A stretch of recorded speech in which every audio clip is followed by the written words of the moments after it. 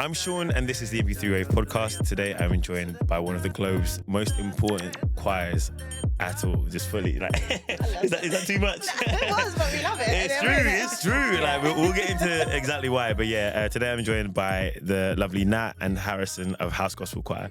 How are you guys doing today? Really good, thank you. Yeah. Brilliant. Happy Amazing. to be here. So can you introduce yourself and just introduce your roles? Because obviously House Gospel Choir, people probably think about a lot of people Yes. when it comes to that. So can you tell me a bit more about what you do? All right, I'm Nat Maddix. I'm the founder and creative director of House Gospel Choir. I'm also a soprano and one of the main songwriter, I suppose, along with Bars.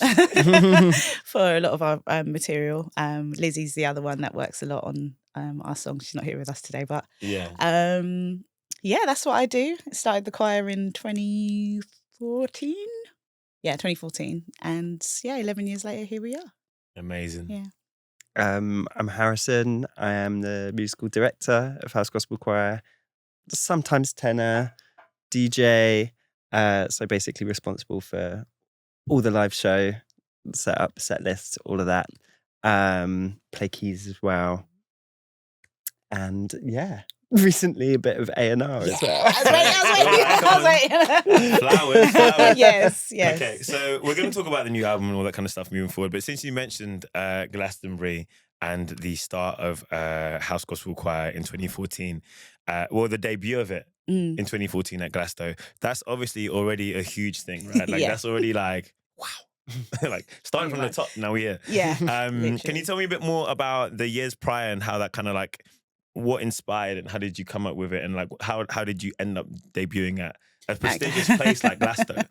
I love music as a starting point and all the various ways you can experience music. So whether that's raving, I don't know, taking tickets at the door, singing on stage, event management, I just love every part of the process of bringing something to life. So at the time, I'm going to say 2013, I was freelance tour manager and production manager for a company called Sirius that do London Jazz Festival. Amazing company. And one of the producers there, one of the directors actually, said to me, "Oh, they're looking for a choir, someone to replace for this slot." And I was like, "Oh, I know a choir." No, it's not. I did know quite because I've always been in groups singing with people and through my job and just from, I started off doing spoken word and then moved into like live music and so it's been an interesting journey. So I had this idea to have a choir that sings house music, and it'd been bubbling in my head since about, I'd say 2009, 2010, and I'd recently said to a few friends, "Can we just do this? Can we just get together and try it out?" And they'd said yes. And it was like a few days before I was told about Glastonbury needing a choir. And so put us forward and then organised a rehearsal and then called everyone, and we made it happen in about 12 weeks, I think. Wow. We pulled the whole set together. So it wasn't that there was like years of build up. It was kind of like bubbling almost like as an idea. I'd say it was years of build up, because I think it's you probably know this as well, and you definitely do. Like nothing's wasted. No. Like every experience is formative. It's information and just knowledge that's there. It's just like, oh, I know how to bring this together. I know, you know what I mean? Like, so I'd seen it, I'd envisioned it, and in 2011, I was in South Africa promoting a single that I did with an artist called Warm Days. And there was an At Jazz remix that was just bubbling. Big ups really At nice. Jazz there. At Jazz is the guy. At Jazz is the guy. So and there was this one night, we went to this club called House 22. And I was just like, that's it. That's the feeling that I want to encapsulate and bring back. And it's that bit where everyone on the dance floor knows the song and everyone's singing along, everyone's happy to be there, and it's just community and vibes. And for whatever reason, it sounded really good that day as well. I was like, right, I'm gonna do it. And just slowly kept moving towards it. So everything fed into making it a reality, I think. Did you know straight away after Glasgow you were like, this is something special and I need to keep before Glasgow? From the first rehearsal, there was like 12 of us, and that day we learned the harmonies to Beautiful People. I always tell people that, and it just sounded so good and it felt so good. It ended up being a bit of a party, and it was a Monday night, so that's why we rehearsed on Monday night. Still, it was like the perfect start to the week. And start as you mean to go on. Yeah, literally. So we've done pretty much every Monday night. Amazing. For the last 11 years. Some gaps, but yeah, a lot. And then in terms of Harrsn, how did you end up joining the group? Because I know that was soon after, right? I caught your first London headline show in the basement of Ace Hotel. I think was it part of Jazz Festival? No, that was the later ones. Yeah. It was just a one-off. That was the first ever show. Was it before? Was that before Glastonbury? Before Glastonbury. That was the first. That was like our trial gig. Oh right, Ace Hotel. I didn't know it was the first one. I thought it was a jazz festival. I forget. Yeah. No. I was at the very first one. Yeah. It's only been 11 years. I don't do it every day. I should also disclose that Harrsn got me my job at Ace Hotel, for those who know, because Harry was the prior events booker and DJ booker at the place. I'm not sure when we connected before that. Oh, I did an event. Was it at birthdays? Did you ever work at birthdays? Okay. I think I did an event somewhere and you were the booker for the event. And that's how we first met. Wild. I do not recall. I remember I also used to do some freelance show managing for Sirius. And whose gig was it? It was a gig at Rich Mix and you came to interview. I think that's when we first met. It wasn't like a pianist called Dominic J. Marshall. No. Okay, cool. Because I have a video of us. I don't know who else it was at Rich Mix though. There was a lot of shows. I'll dig into the email afterwards. But that's funny that Ace Hotel was so formative in that. You actually came to the trial gig before Glastonbury. Yeah. Crazy. And Ace Hotel was a vibe down there. Miranda was the spot for a long time. Yeah. So that's how I first bumped into you guys. And a friend of mine, who's now a good friend of mine, Morgan, was in the choir at the time, and I didn't know. I think I just finished working a shift in the lobby actually, and heard about this choir that's singing house music downstairs. I was like, cool, that's where I'm going after my shift. Lovely. Yeah. And it was just like, wow. It just kind of ticked so many of like my musical interests, like boxes, just gospel music, house music, just energy, pure vibes. And after seeing that, I like hounded Morgan. I was like, when can I come along to the next rehearsal, please? Something. She introduced me to you and Shez, who was the choir director at the time. And you're just like, come along next Monday. Just the rest was history, really. So just cool. Joined as a tenor. Funk Butcher was the DJ at the time. Stevie Mac was on keys. Yeah. He did a remix on the recent project as well, right? On Rechoired. Joined as a tenor and then started depping for Funk on the gigs that he couldn't do as the DJ. Then was playing keys in rehearsals. It kind of just snowballed from there. All your hats. As many hats into the ring as you could. Let's just try this one. Nice. We're going to fast forward real quick just because Love Is The Message dropped last year. Just want to talk about, obviously there's a lot coming up by the time this drops in like 6 weeks. You guys are going to be busy with tours and launch parties, all that kind of stuff. Going from Rechoired in 2020, right, which dropped at the end of 2020, and we'll get into that album in a bit as well, all the way to Love Is The Message. How did your roles change individually when it came to the second album? Gosh, how did our roles change? If they changed. They definitely did. I think going from being on a major label and having the support of a whole machine to starting my own label, our own label, Mr. Ada.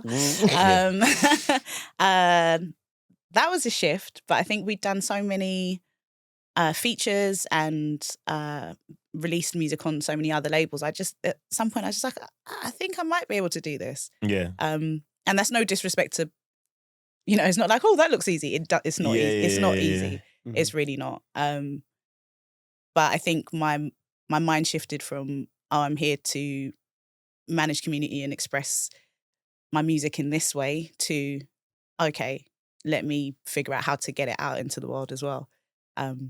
that was a big shift, I think, from just being a creative essentially and managing the business as well. But yeah, definitely going behind the scenes a lot more and understanding the machine, I think. Is I think that the album's called Love Is The Message, and you're talking about how to get it out into the world and that kind of stuff as a message, you know. Yeah, so, absolutely. Yeah. It's a really important message. Yeah. I think people often relegate love to like nice feelings or romance, and it's just much bigger than that. Like, honestly, if you just put a bit of love into what you're doing, it comes out better.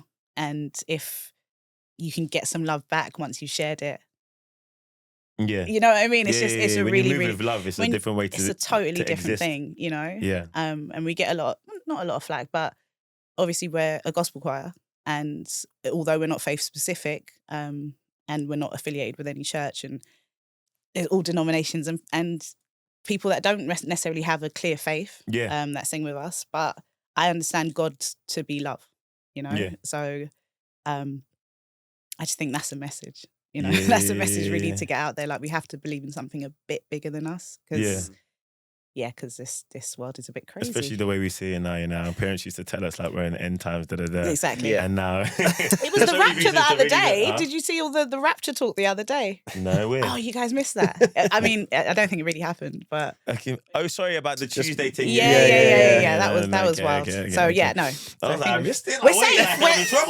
I don't know if it's a good thing or a bad thing. We're still here, but... That's a really good segue. They're talking about, like, you know, all faiths, all, you know, sexualities, all representations, all denominations, or like in terms of diversity. How important was that for you in the formation of HGC? And like, you know, because again, you're not tied to one religion or any of that kind of thing, but again, you're all united by love. Love of singing, love of house, love of gospel, and just a real community love. I think that's a really cool thing to focus on. When did that take place, or how did that become such a key part of the choir? I think it's the people that gravitated towards it naturally. People that have made it their home and saw themselves reflected in it, and could be part of it. So I think it's shaped by the people that have joined and been a part of the process. I'd say. And on the other hand, it's quite deliberate, because house music at its formation is Black and queer and Latino, and you know, people that weren't necessarily considered to be part of the mainstream in some way. And we all, I don't know, in this, especially if you're raised in the UK, like there's a lot of, we all went to church school with someone. You did, right? So so I think there's an understanding, there's a language or a way to talk about faith that maybe we don't practice as adults, or maybe we don't feel we're not aware of it, we're not cognizant of it sometimes. Did you ever see that thing like a few years ago where like it was a festival and like someone was like, it was the whole crowd, maybe like a wireless type festival, everyone's singing all the lyrics, and someone was like, the reason why, you know, the English all sing lyrics is because we have to do like choir at school. We're all singing all the like little hymns and like the hymn book was there, right? Americans don't have that so much. They just, you know, say Star Spangled Banner at Star Spangled Banner or whatever it is, you know. But yeah, going back to Love Is The Message, Janice Robinson, Dreamer, how did that feel? Oh, mad. Like, having an OG like that working on a remix of, you know, such a classic. As you can imagine, like, I grew up watching Janice and hearing these songs, and they, like I said, like nothing is wasted. You don't realise how things inspire you or inform you necessarily. And then during lockdown, we were making these videos, and Daniel Thomas, our choir director, made an arrangement of Dreamer and just sent an Instagram message just asking Janice if she'd be in the video, and she was like, yeah, of course. Like, we were all locked down, innit? Like, everyone had time to do it, and it was crazy. You could just DM really famous people, and that's wild. remember, and they'd get back to you, and it was just like, okay. So we made that video, and then when it came time to make the album, I was like, it'd be great if we could record this version, if Janice could be on it as well. And she said yes, and she was in London for I think like 21 hours. Insane. Yeah. And half of those were spent in the studio. yeah, I think so. Like, yeah, we were able to get her in the studio and then she had to get a train up to Manchester or something. But yeah, none of that would have happened. That was a great day. Yeah. But it's actually because of Harry why we were able to do those videos. And so let's add videographer and editor. Okay. You laugh, but Harry, you could do anything. Harry. So in terms of social media, Harry's been a big part of like the focus on that because you guys are obviously, you do well on social media too. I think during lockdown, those videos were such a like propeller for us, and we were getting reposted like weekly by like the likes of Beyonce's mom. Beyonce's mum. The Beyonce's mother. Who else? Oh my gosh, my mind's gone blank. Didn't Oprah? Yeah, I think so. I think so. Or commented on something. Yeah. I can't. Did you DM Beyonce's mum after? I did not. I did. I wasn't. No. But I mean, Renaissance came out a few years later. Yeah. So girl. The secret influence. Wow. That's Quiet a whole interview. No. Take that off the record.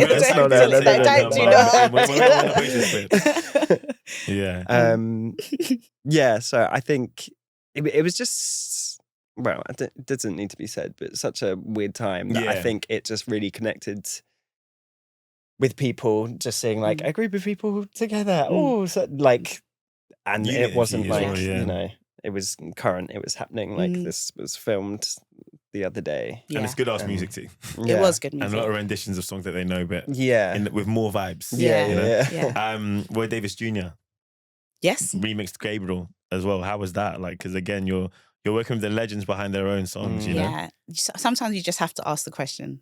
Did you DM him as well? Is that what I didn't DM him. Okay. I think the A&R Island might have reached out. Fair. I might have done though. You're like, I might have done as well. I help push it along, no, because I think the respect I have for the pioneers and the people that make this music possible, it's really, really deep. And I love a bit of I just like history of music. I studied anthropology, so I'm quite into like musicology, just like how movements happen and how sound is created.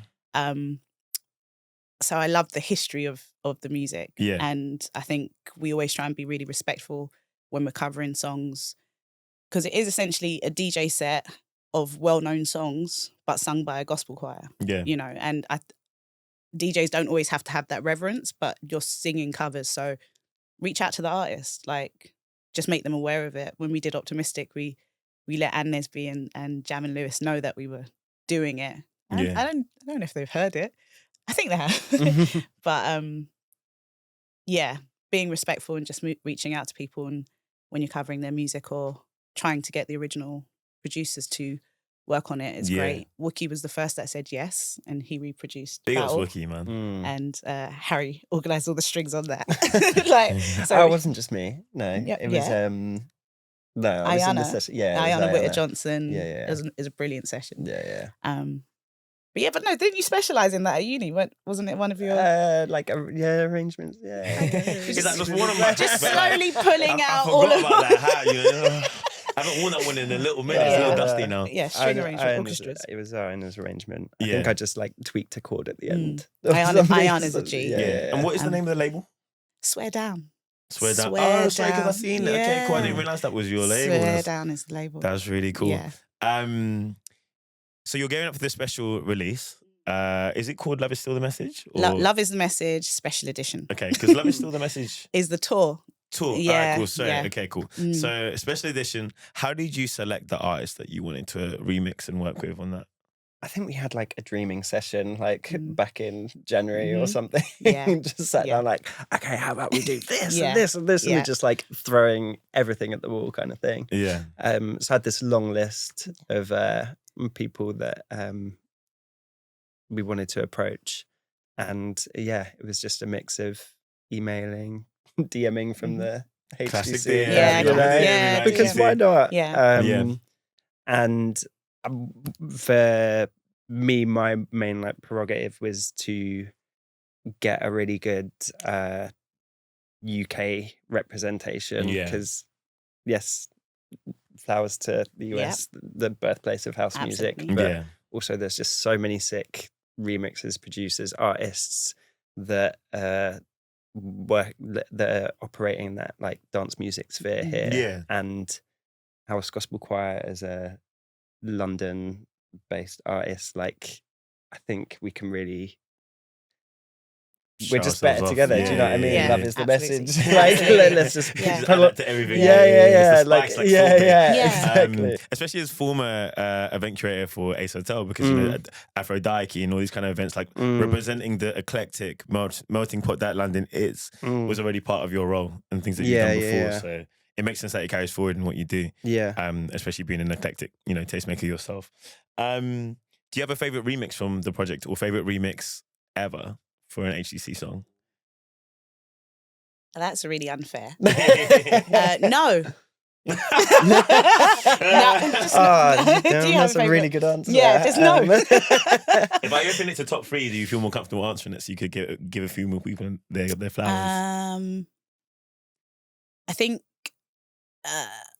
there's remixes I like because the original song meant something to me, meant a lot to me. So the remix is that reimagining of something I already love and making me love it again or more. Yeah.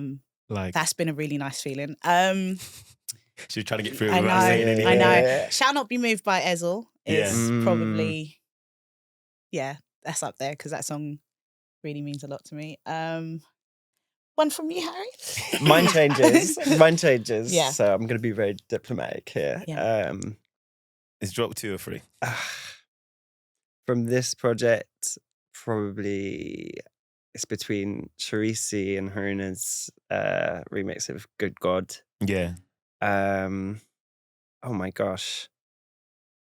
It just changes. I don't know. Yeah. Every time I go through Jack Mudd's remix of Fire. Yeah, both of the Fire remixes. Yeah, I really like them. King yeah. Crowley's version's dope as well. Yes. But they're all really different. No, and for sure. it's And such Yeah. a diverse. I'm not asking you to pick your babies. That would be mean. I'm That sorry. would be mean. Yeah.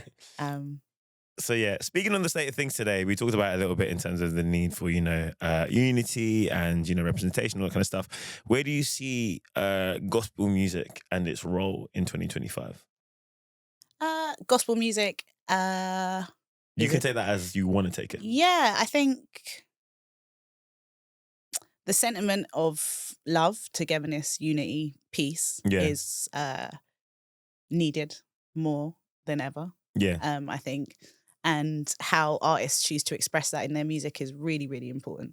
I think you have to reflect the times as an artist. Yeah. And gospel music gives you a language for talking about whether you want to be explicit about God and your faith or expound on the ideas that are found in the Bible or that you find through conversations with friends about your faith. I think, if an artist isn't talking about like unity right now, I'm just a bit side-eyeing them a small piece. Because even if you just want to focus on partying, that's essential as well. Yeah. But how you do that is important as well. Yeah. So I think gospel music and the sentiments behind it are really relevant and will continue to be so. I think the individualistic kind of, I don't know. I try not to be too judgy. I'm not super judgy because it's a thing that's happening, right? Especially convenience is taking over. Like people are just ordering food all the time. They're not even having to go outside anymore. Everyone just wants to get everything sent to them. Yeah. The individualistic mindset. Let me pronounce my words for once. The individualistic mindset that people have is resulting in people becoming siloed and isolated. Yeah. So in light of that, it makes sense. That's promotion of message about community and unity. Because you can't have recording techniques unity. And the recording techniques of gospel require multiple people. Yeah. Like you can't discount the organist. You can't, like... you're going to need some 3-part harmony. Foundation. It's the foundation. And so even in the making of the process of making music, we can all make something nice by ourselves. Absolutely. And there's so many artists that are doing incredible work as multi-instrumentalists. One up, just them and Logic, but there's something really magical about collaboration. And when you can feel that in the music, and hear multiple voices, multiple instruments played by different people. I think you have an opportunity to inspire people on a few different levels. Yeah. And then it comes down to like the social media of it or the music videos of it. Yeah. Like visibly being together is important as well. Yeah. It's a unified message of unity. Yeah. I think so. Do you want to add on that or? Okay. So you, first, and Nat, obviously jump in if you want as well. It feels like in 2025, house, from my perspective, might be at its highest in terms of like popularity, because now we have the rise of like Afro house and tribal house and all this stuff. Oh, I've seen a lot of like. Spice has entered the chat. Afro Just house don't ask me a question about Afro house as a white man. Yeah. No. Okay. No, but you could. I mean, yeah. Wait. Let me finish the question, because I'm not even finished the question. I just got. Right, go ahead. I got reactions before I even got to anything. I respect you for being. Have you seen the Afro House chart recently? I don't look at it because it became a thing a few years ago, right? I don't look at it. I don't pay attention. I mean, to there's the just charts. very few Afros. Right. Yeah. So that's the whole discussion in itself.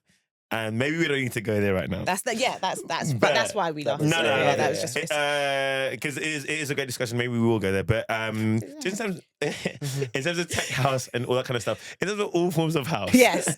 Do you feel like house is more of a thing today than ever before, or do you feel like that? Do you disagree with that? 100%. I Which one? agree. Okay, sorry. Yeah, but, I think for me, I've always been a bit biased because it's kind of been my first love, like since I first had Rosie Gaines' "Closer Than Close." I think it was like my first tune. So I've always kind of like been on the lookout for it, and I remember when Disclosure first came up. And being like, yes, finally, like when something. Settle Drops, that was a landmark moment in UK history, like UK music history. I don't care. Exactly. Absolutely. So yeah, I think from then I've just always kind of been latched onto it. But he said latched. This guy's see, not serious. I see what you did there. He's not serious. See what you did there. But yeah, the I just feel like it just keeps growing and growing and growing. And there's some like not so great sides to that as well, because I think it kind of ties into like the commercialization and like festival culture, like here, especially in London now, like where are all the small clubs, where are all the small to medium clubs, and they're especially just us like coming from Ace and exactly, exactly. So it's kind of being swallowed and like packaged into this thing, but I don't think that doesn't really stem from like the music side of it, it's making it palatable. For let's say basic audience. So it's so that is kind of why we side eye when you bring up Afro House and you look at the charts, because it's about labeling stuff, because deep house exists, and it's always been that way, right? Like, when Amapiano is a thing. They had to fight for R&B to get recognition, because you're getting people like Harry Styles in that kind of area for the Brits. That was a wild. Yeah, it's always been like that. We see the thing where, like, if a certain type of person does something that is seen as like incredible and innovative, when in reality it's actually just a rounded version of something that's a lot more edgier and sharp and maybe dirtier and rougher, but it's more real. Especially like coming from Shoreditch and what it was before into what it is now. So cool. Did that answer your question? I think so. These are quite like they're not existential, but like they're quite vague questions. This has been an unusual part to take the interview, and then the final stage of it, it wasn't intentional. I guess we've done gospel, we've done house, and now the choir. It feels like choirs are also really prominent in music right now. So you look at Ashake. That's the whole thing. Tyler was inspired by Ashake to do what she did on Water. Salt as well. Do you feel like choirs are also more of a thing in music now? And I don't just mean from like a performing choir, but also in terms of the recording process. I think so. I think they've always been really, really, really prominent, and kind of even when you look at like soundtracks like Lion King, like choirs have always been Hercules. like they're in the fabric of really big soundtracks, and they they always rolled a choir out to sing behind a boy band on the Brit Awards, or I don't know. Choirs have always been very central, like they're as important as orchestras, So I think, they'll never go away. Yeah. That there's unique things about recording a choir. Like, it's really expensive. Yeah. You know, unless you're going to be exploitative, which we are not. Shouts to swear down. It's a difficult thing to do sometimes. That doesn't mean anyone should be put off of doing it. And I think you can get lots of people to sing together, but a choir is about, I think, the corporal sound of the group as well. It's not just putting a choir together for a session to record something. Like you kind of, even in the pronunciation of certain words, like people really have to practice together to know this is how we as a choir sing these words. I've been there at Rich Mix. Yeah. Hanging out with Sinead Harnett and all that. Oh yeah, you came to those. Yes. So I think choirs are as important as ever, and singing together is never going to go out of fashion. For sure. Ever. For sure. At the end of the month, you've got the album launch party, 29th. Yes. And then next month, we start the Love Is Still the Message tour. Yes. What can we expect from both? Ooh. Okay, so 29th. This might come out afterwards, but we can talk about it. Okay. 29th. The launch party is at Little Violet Door, which is a cute little bar in Soho. They've got like a wicked basement space. It's and so cool. The whole like, you've been. Yeah, okay. It's trippy. The whole like decor vibe is like, it's like someone's apartment. I want to see all of them because it's like there's little red door, there's like, they're all connected, right? Yeah. You've played most of them now, right? Oh, DJ'd most. Violet, orange, and blue. Yeah. He's like Thanos with the infinity. I know. He's just collecting all the little doors. The little doors. It's like Alice in Wonderland or something. Yeah. Just got a key to each of them. So that's on the 29th, and we just chose it because of the house party vibe of it. Like the kitchen island is like where the DJ decks are going to be. You're going to get some like, some PAs from some of the vocalists, and just like invite all of our mates and collaborators that have like contributed to the album basically, and just have a celebration. I take it I'm invited. We'll think about it. Wow. Someone will be in touch. Okay. I'm it was a pleasure, guys. Let me get my money back. No. Of course, you're invited. And then in terms of the tour? Oh, the tour is it's just going to be fun. Okay. And I like doing them in December as well because it's kind of the run up to Christmas. So people it's an opportunity just to shake off the year and just really, because the show is, you're going to get some like nice, inspiring choir moments, but it is essentially a party. Yeah. So it's an early Christmas party, I think. Yeah. So, come as a group, I will say. Nice. Or come, bring a group, or come alone actually, because there's quite a few people that come one up and just make mates. Yeah. With people on the dance floor or in the audience, and it's just such a nice. It's our third time going around the country, getting to do this, and touring's hard, man. Like respect to anyone that's able to do it, and so everyone that comes out, we're super, super grateful to everyone that's got tickets already. Yeah, we're getting there. Get your tickets. Essentially, it's going to be good. And then you've been able to collaborate with Donae'o twice in recent history. So he remixed you. Yes. Off of the album. You feature on his song Nights Like This with Omar and Lamar. Yeah. How is the process of that coming together? Because the video is so fun. Like all the content you do. Every time it pops up on my feed, I'm like rubbing my feet together. I know, just in the bed like we need songs like that. It just again, it's collaboration and it's intergenerational, and I think it's what Donae'o's been really clever at is linking these Black British artists together in a way that maybe people don't think of Donae'o and Omar together, or Lamar with House Gospel Choir. It's like we're all doing our different things in like different. Similar. Like overlap. There is overlap, but people don't necessarily attach those things. Right. So we've got our different fan bases or different corners, and Donae'o's like, these aren't separate things. They're kind of the same thing. Yeah. We all bring vibes. We all make people feel good.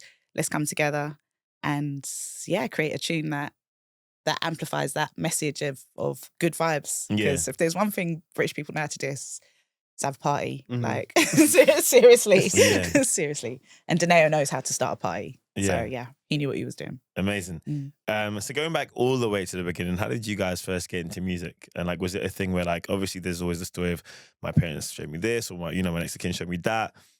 Did you instantly know that you loved music from them, or was there a moment later on in life, maybe in your teens or whatever, where you just realized you love music, like music is your passion? So 2 questions in that. I think for me, I don't really come from a musical family that I know of anyway, maybe like way back. Voice producers, yeah. I started learning piano as a kid, and God bless my piano teacher. I was just one of those kids that like never really practiced, but at some point, maybe a few years in, just got obsessed and like was like kind of just sat at the piano every day, just trying to like figure stuff out by ear a lot. And I think from there, because she just like gave so much space and like was just so accommodating and encouraging about like what I was kind of drawn to. Like, I think I had like piano books by like Coldplay and Muse and stuff as like a 12-year-old, and she was like, yeah, sure, okay, let's go through it kind of thing, and not like, play that Beethoven. Yeah, exactly, stuff like that. So I've got to shout out Mrs. Phillips, wherever you are, I'm not sure.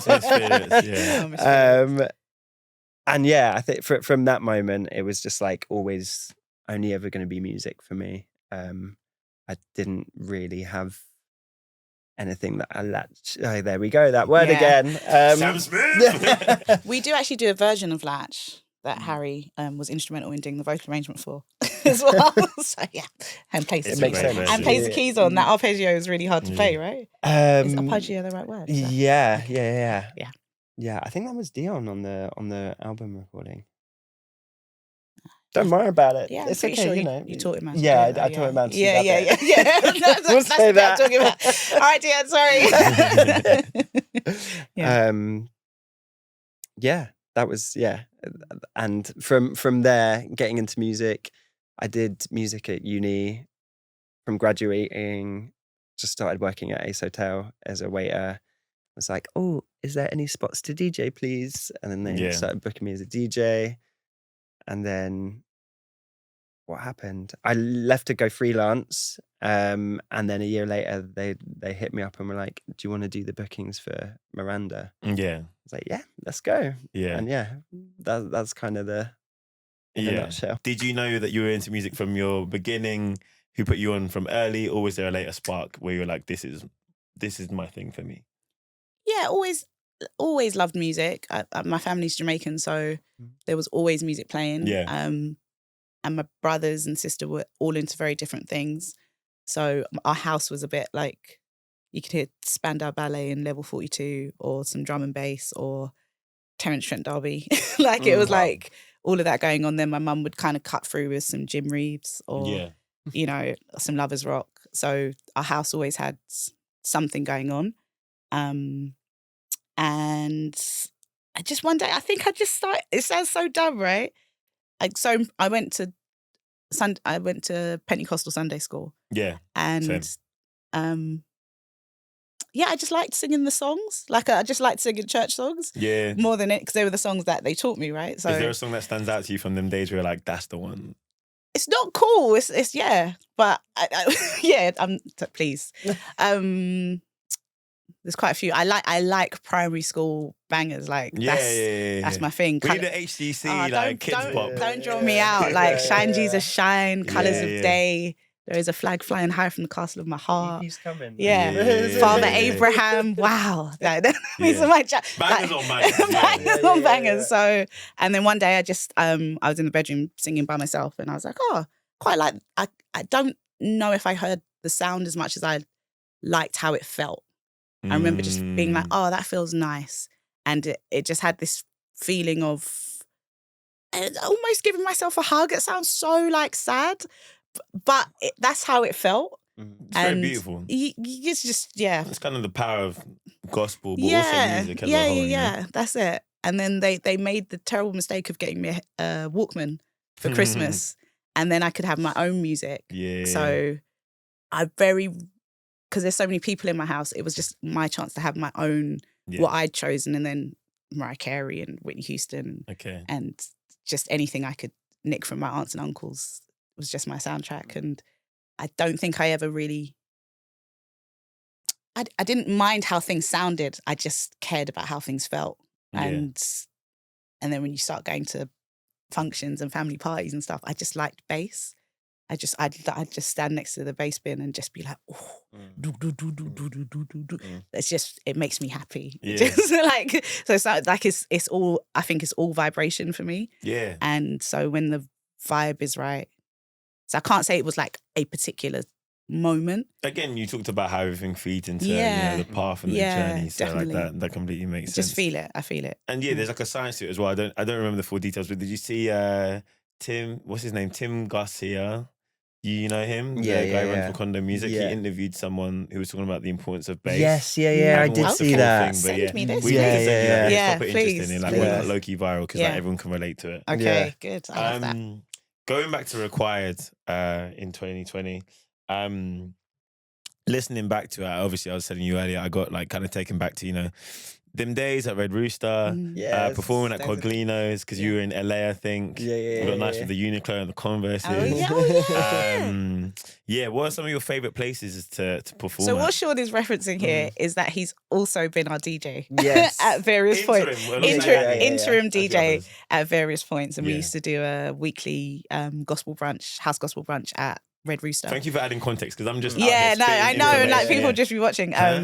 And Sorry, and also Red Rooster is a historic location for soul food that started in Harlem. I've been to the original one.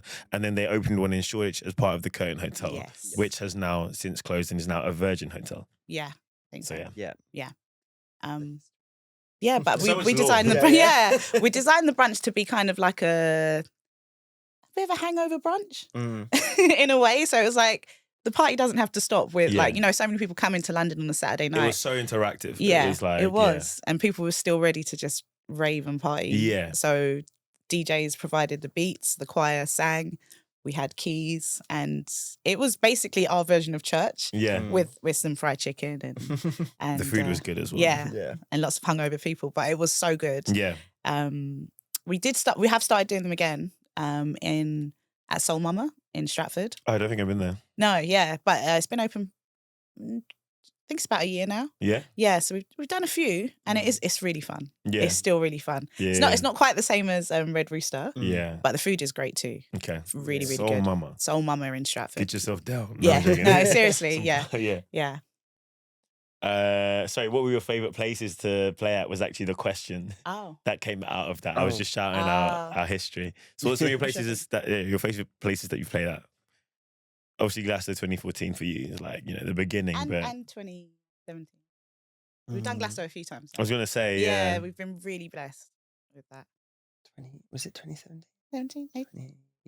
20, What year did we do Adding Back? 2019. 2019. Yeah, because okay. that, I think the week before I'd left, I'd just finished up at Ace and handed over to you. Yeah. And yeah, it was Glastonbury the week after. Okay. So yeah, Glastonbury. Mhm. Every time we go Ibiza, Yeah. it just feels correct. Definitely. Yeah. And favorite London places. One of my favorite, Any place, like not just London, but yeah. Okay. I think one of my favorite gigs was 2019 Brixton Electric. Electric. Yeah. I think I went to that one, yeah. That's a really good that show. was. I don't know why that's always 'Cause it kind was of Yeah. like Brixton. It's like a reference point in your head. Obviously, because it was in Brixton. Yeah. How about you? Do you have any? I don't know. Like I do love every show, and Yeah. we've got to do some really, really. There's a couple shows there's one show in 11 years that I didn't enjoy, but apart from that, I love everything. Berghain. How could I We did. We forget? played. We Berlin, did yeah. DJ. Oh my We have a gosh. DJ set version of the show that's led by Harry, and we only go with 3 or 4 vocalists. Berghain was. It's just energetically was so good, and just such a great response. That was one of my favorites. But Ibiza, yeah. Yeah. And Southport Weekender, one of the ones that I always wanted to perform at. I was Yeah. like, when I start this choir, I want to do Southport Weekender. And 51st State started the year after I started HGC, and we've done that a couple of times. Oh, Mm. yeah, it's lots of bucket list moments. In terms of Berghain, it sounds kind of like you probably got in a good time, especially because maybe not there, but from what I'm hearing and seeing, like on the news, like the increasing rent prices and stuff, it's kind of like suffocating like the Berlin nightlife. I don't know if you've seen much of this at all, but yeah, sounds like you got in at the right time. Rechoired dropped in December 2020. Obviously, we were in and out of lockdown during them periods. I was able to go to the gym one day, then I couldn't go to the gym the next day. How did COVID impact the release of that project? It just did. Yeah. It just did. I think it's nothing COVID didn't touch. Really. Yeah. But we're not. I don't know what it's. I actually don't know what it's like to release an album on a major label. Without. That was the one. Yeah. So much of the promo was just us, making videos, and I turned my flat into a studio, and we used to live stream, and we were in a little bubble. There's like 5 of us that would get together every week and live stream for our audience. And make the Rechoired videos. So that was our promo, really. The label, don't get me wrong, that we were able to film some music videos. Yes. Yeah. Lots of lateral flow testing. Yeah. Oh my gosh. Those days. Was it PCR as well? Like you had to pay like £60 at the airport to get a last minute test to prove that you could go fly? I didn't even have to do that. I didn't know that was a thing. Yeah, I think Where I did was it you one flying time. to? America. Oh, okay. Love that for you. I can't remember, Yeah. Yeah, it was No, peak. we did It was not peak. leave. But yeah, we had to cancel a tour. We had a Christmas show planned as well for 1 year. Yeah. And that had to go. So yeah, it was a lot of cancellations, a lot of like difficult stuff. And because it was always about being together, I think it was hard. Yeah. It was hard. I remember we did a run of shows at Jazz Cafe. Was it in 21? In like springtime 21. So I think we were just coming out of second lockdown or the first, I can't remember. And it was at that time where all venues had to have like tables and chairs. Oh my gosh. And it's like house gospel choir, like Yeah. And everyone had to sit.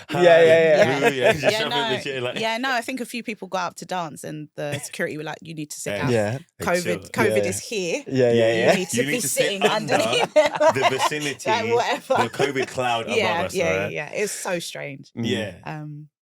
But yeah, that was a good show.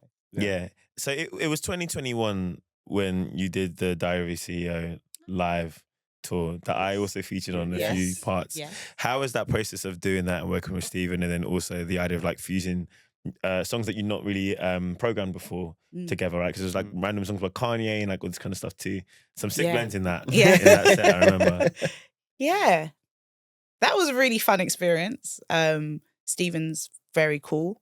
The podcast had provided so much insight and information that he wove his story around some of the teachings of some of the things he'd learned from the people he'd interviewed. Yeah. And then there was music that had inspired him throughout his journey that he asked us to kind of come up with versions of. Yeah. And we designed a show around his, and it was wicked. Yeah. You guys would open the opening, would DJ the opening as well, innit? So yeah, and it was in spaces like you wouldn't hear Kanye and Kendrick Lamar and and audiences who wouldn't normally hear that because they like him for what he does rather than his musical taste. Yeah, you know? I'm not sure if all the audiences knew what they were coming to, but that's what I love about it as well. Like I think because Stephen's so like he's doing something quite clever. I think people forget that he's a young guy that just like likes tunes and has cool friends. You know what I mean?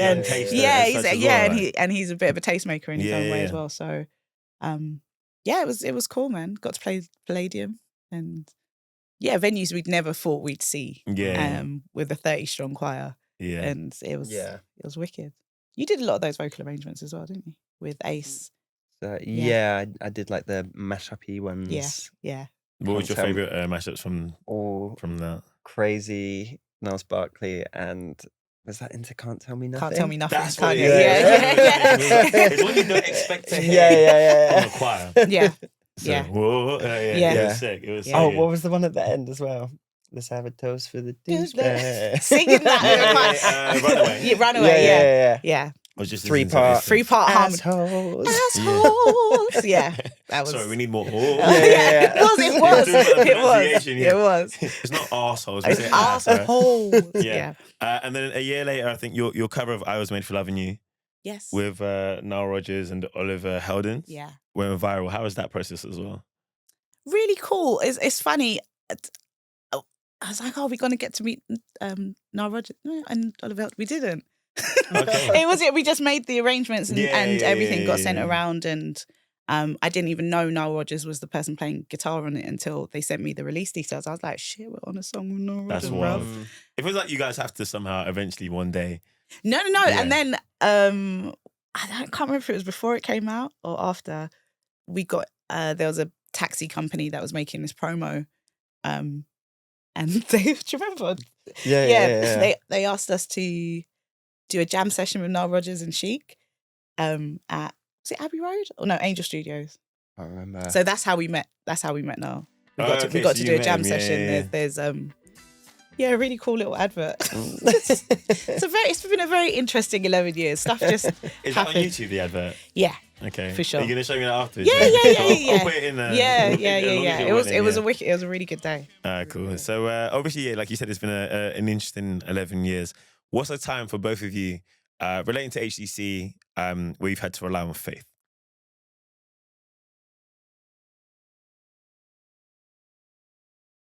I mean, the water's right there. yeah. Go on, Harry. I know it's a tough Okay. one. I know we're swinging from like, woo, now Rodgers to faith. You don't have to answer any questions. For me, it was COVID. Mm. I don't know if that's a bit of an obvious cop-out answer, but No, in very it's real important. terms, like it was April. Yeah, April was when like we fully went into lockdown. You just signed to Ireland. Like we recorded the album the August before, so like everything was kind of in place, and like festival season, obviously the tour later that year. It's just like everything gone. And thank goodness for like your idea to let's just try this a cappella app and try and make these videos and try and like do this thing, like just carry on. Yeah. And I think it was just like, okay, well, there's nothing else, so let's just do what we love and try and make something of nothing, basically. So I definitely had to lean on my faith for like whatever I believe, like higher power, but also faith in like everyone to also just be down to like film themselves singing this song like week in, week out, just by themselves, like to a deadline, so we can edit it all together. Like is, and obviously everyone had their own shit going on in their life because it was a pandemic. Of this affecting lives, very, families, like, all that kind of stuff. Yeah. So it was a lot. It's a great answer. Yes. I think that the whole project has been a lesson in faith. It's like faith is it's like your individual relationship with God or your higher power, like how you have that conversation, how you keep going. And it's not really a question for anyone else. Like some people make faith a group project, and it can be if you find the right your tribe and the right denomination, whatever it is. Yeah. But it's your individual journey. I think your walk with what you believe in, and there was no proof that we could do this. Yeah, there was no. It was uncharted territory. It was template. very much Gospel House exists, and there had been I think of Act Like New Colours, who are they did a version of Tears in I think 90. I'm not gonna guess. Yeah, but that was 90 something. Yeah, I had some inspiration. Yeah, but I'd never seen anyone do what I wanted to do entirely, and I definitely had said it to a few people that just were like, "That's dead." Like gospel's not. You can't do gospel, or choirs aren't cool. Just lots of naysayers in the early days, but I just needed one person to kind of believe in me. Yeah. And, the whole project is a lesson in faith and bringing things to life that you don't know are possible. Yeah, and it's funny because we talk about community a lot in this episode, like in today, in terms of having that one person to believe in you. Sometimes that can be enough to, like, even if you believe in a higher power or God and you believe in yourself, when you feel low, sometimes you just need that human connection and someone to really believe in you, and that could be the thing that pushes you to have all the dominoes fall and the thing end up coming to fruition. So I will. I'm going to be mushy. Sorry, warning. I will say for this year, for many of the years as well, me and Harry collaborate really, really well together. And I come to him with ideas and he's like, that can work, or let's try it, or have you thought about it this way? But this year in particular, I didn't really, I'd lost some of my passion and my drive for pushing this machine forward because it's work, you know? Yeah. And Harry's like, I got you, Nats. I remember he was on my balcony. I was like, Harry, I think I'm done. I want to quit. And he was like, all right, just take a break. Was there any reason in particular, or like, I was tired. It's work. It's really work. No, it's really work. And putting out an album when you're still touring and trying to manage a community, it was too much, and I didn't. I hadn't cared enough for myself. And there was stuff going on in, like, you forget all the personal life stuff. Like, I'm a carer. I have a family. There's lots of stuff happening there. Yeah. And Harry was just like, no, I think we've got a way through this. And so I just said to him, with the remixes, I want it to be British. I want it to feel like us. I want it to be people that we identify with. Yeah. And music we love. And Harry pulled it together. Like, credit where credit's due, this wouldn't be happening. This special edition album would not be possible if it wasn't for you. And I'm really, really grateful. Thank you. That you came to that show that day. And we're here and we get to do some really cool stuff. So I've seen you like really smash it this year, and I'm very, very grateful. Yeah. So now you need people. People need people. For sure. Thank you. Thank you for trusting me. Nah, always. You're that guy. Emotional hours on the podcast. All right, that's enough. Anyway, Harry. So it actually leads well into my next question. What is the biggest challenge of managing such a large choir? And how many people? You're like, where do I start? Yeah. People are annoying, Yeah. Sorry,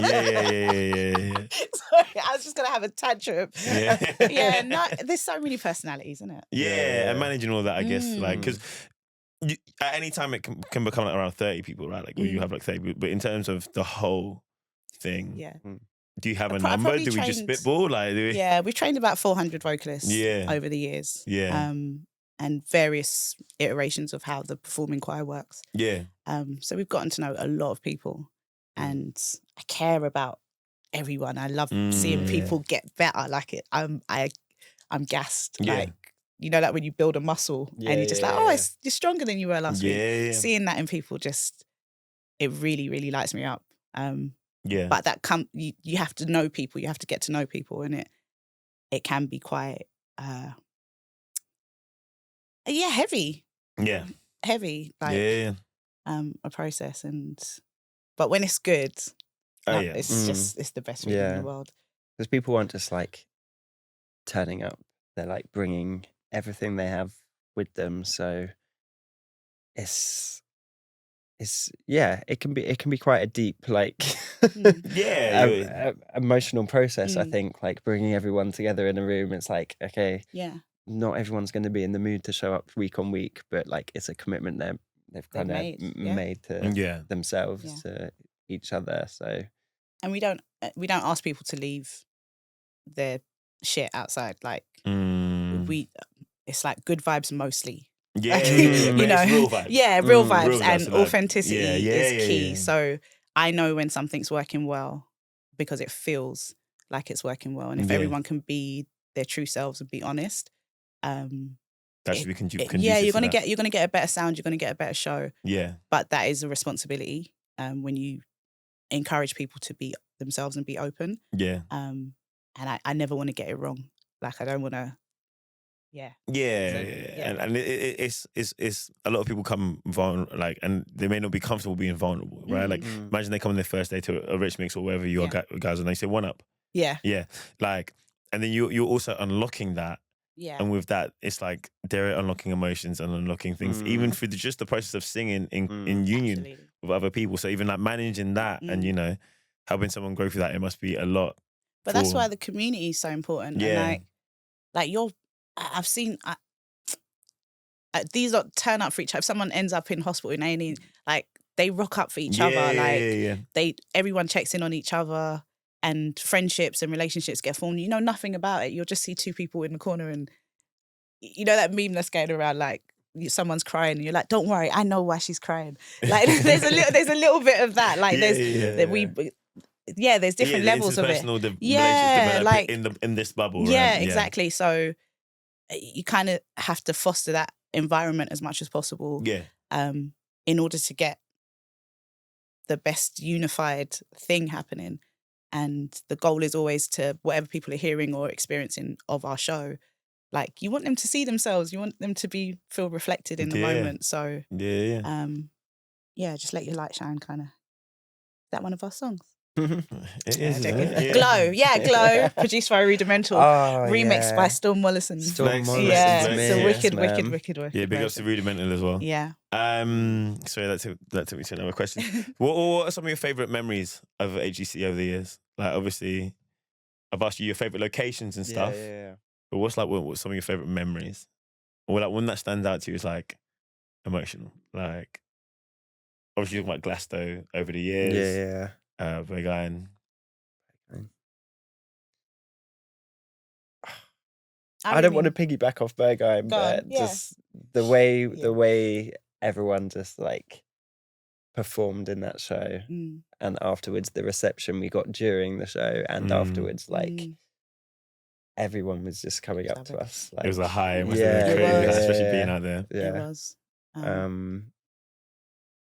Bergheim's up there. I think weirdly, this summer was quieter than previous years, which I didn't know how much I needed, because we work so much during the summer. It's our busiest period. And this year, it was quieter than usual. So I got to enjoy summer a bit more. Yeah, you got your seventh day, you got the rest. Like this year, it has been about rest, I think. And you can't push these things forward without taking a moment. And I didn't always respect that until my body said, ew, what? You know what I mean? Sit down. You're doing the most. Yeah, you're doing too much. You're doing too much. So Ibiza for me this year was, we got to do 2 shows. We did Mambo at Sunset, which... That must have been... Mambo at Sunset is my favourite place and time in the world. Oh, wow. So, I've done that. I'm not done. Watching the sunset there, anyone that... It's the best sunset. I don't know why exactly, but it is. Yeah. And so singing just as that's gone down was marvellous. And then we did Eden that night. And then we stayed for 2 more days. Well, you guys stayed a bit longer. I stayed for 3 more nights. And we did Glitterbox on the Sunday. So you're with the people that made other people happy. Yeah. And then we also had an opportunity to enjoy and be happy ourselves as well. Glitterbox was amazing. We were DJing. Well, I wasn't DJing. Gokwan was DJing. I know. He's also a really good mate. And it was brilliant. Brilliant. And then in terms of things that you have yet to achieve, or maybe that are on the bucket list, what would you say is one of the big things you want to achieve? Or like, you know, what's like a pipe dream for HGC in terms of how you see it? Is it like a Spanish language album? Is it like a Christmas album? Don't laugh. I'm being so serious. Yeah. I'm being so serious. Like, R&B Christmas albums are some of the best albums out. You know, the Destiny's Child one. Yeah. There's some wicked. Mariah had one as well, I think. Yeah. Or a few. Yeah. Maybe a Christmas album. Choirs. Yeah, choirs at Christmas. It's just like but a house gospel Christmas. Yeah. Like imagine That's that house title, party, right? A house gospel. A very Christmas. house gospel Christmas. Yeah. Little tiny Timber car. Yeah. Surrounded by the choir, you know. It's love, it's community. Yeah. I think so. Maybe, I don't know. I do think so many of our achievements are because of other people in the choir's dreams as well. Yeah. And we get to amplify. What's one like example of that? Working with Kylie, I think. I love Kylie Minogue, but it definitely wasn't like on my radar as a dream.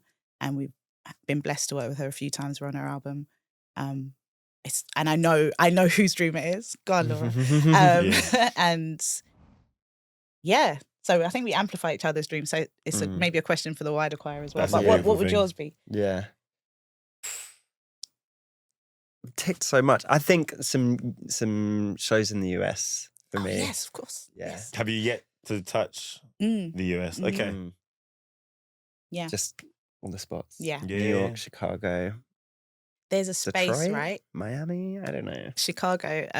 Theaster Gates has this space that's an archive of all of Frankie Knuckles' vinyl and lots of people, like it's a listening room. Yeah. Yeah. And I would just like to play in the atrium there. I think that would be... So have you been there already? No, I've just seen it on Instagram and I've just kind of just bookmarked it mentally. That's and I got just to like, happen. That that would be... Yeah, so you said the States, that would An be... all-American Christmas. Oh, but that's another thing. That's another thing. Yeah, no, the US, their choirs be choiring. Yeah. Be choiring. Yeah. They be singing. Yeah. With an A. It's amazing. And because they have the same accent as well, like I think the sound that they can make, like when you get a good regional choir, if you ever listen to the Mississippi Mass Choir, you'll get what I mean. The pronunciation, the diction, the delivery, it's just... Yeah, sorry. I'm okay. No. It's great to see you fan. American choirs heard about something, so that's really cool. What's your favorite international place that you played outside of like Europe? Have you done much about outside of Europe, like in terms of Asia or South America, or just curious? The Singapore Grand Prix. Yeah, that's really cool. That was fun. Very fun. Australia. Yeah. Perth International Arts Festival was great. Yeah, it's far as hell though. Like I DJ'd a wedding there. Yeah. In November. Shouts to Nile and Haley. Yeah. If they see this, but yeah, Australia's nice. It was a long ass journey. It was. And it's weird because like in Sydney and Melbourne they talk down on them because they think they're country bumpkins. Do they? But then I get to Perth and it's like the nicest place, Perth nicest was beaches, lovely. nicest people. Best brunch in the world, like freshest. Food was fire. The food was really good in Perth. Yeah. And we got to make a choir there. Oh, yeah. So we brought 12 people from London. Yeah. And then made a choir of 30 in it was wicked. Did you have to practice the Aussie accent to make everyone sing Aussie, Absolutely or did you bring them to London? Absolutely not. Like I think that's G'day, what. mate. Yeah, no. I mean, as much as I love the diction thing from American choirs, what makes house gospel choirs so sick is all the different the accents. diversity. Exactly. And the fact that we have to agree. Yeah. Like it's a conversation. Like it's all compromise and just it's in every layer of what we do. I love people that. from Glasgow, London, outside of the UK, and we're all in the same room, so we figure it out. Obviously, you got a big rest of the year planned with the tour, the launch party, the special edition of the album coming out. What can we expect from you guys next year? Aside from a Christmas album, please. We can't see that far. We can skip that. Trying to get to you. We're playing hardball. We have a tough Q4. Okay, Q4 is looking really hard. Let's just make it. No. Rest. More rest. Good. Yeah. In January. Maybe. Yeah. And then we've got some things in the calendar for next summer. Some nice festivals coming up. We just confirmed Southport Weekender, which I'm excited about. Yeah. And some other stuff that's probably not announced yet. But next year I want to experiment with spatial audio. Okay. I like 3D stuff. Like Dolby Atmos type. Yeah, that's my. Been doing a lot of research on that and just what can we make? Yeah, it's gonna be like in your ears. Yeah, I've heard layers. But imagine a performance where you're just surrounded. Oh yeah. Yeah. Great. Okay. Go on, what are you excited about? And the Christmas album. Yeah. I like it. Yeah. And that's at the end of the year. Exactly. Yeah. But we record it in February. Yeah, we'll have to record it in February, March. Okay. Final question. Who are some of the lesser known people that have been instrumental in your careers that deserve a shout out? I know there's a long list. I know there's different areas, especially with HCC being 11, you say? Yeah. Well, yeah, it is 11. Yeah. Almost 12 now.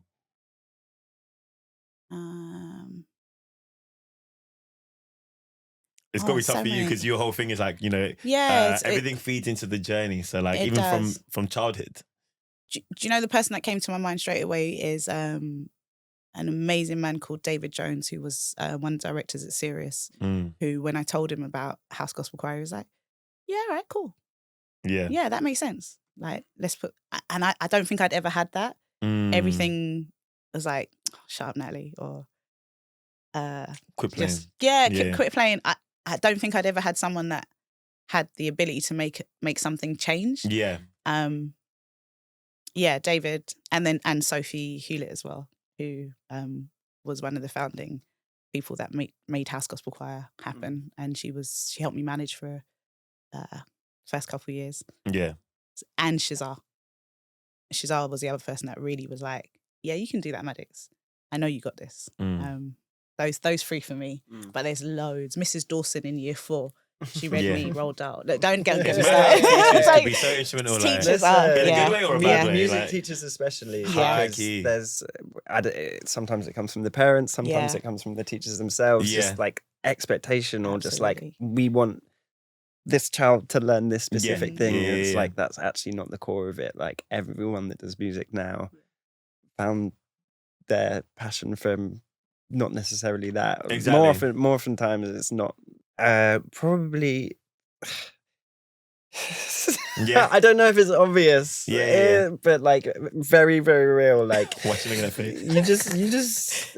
I feel like at every turn where I've been like, oh, I can DJ, but it's just the trust has just.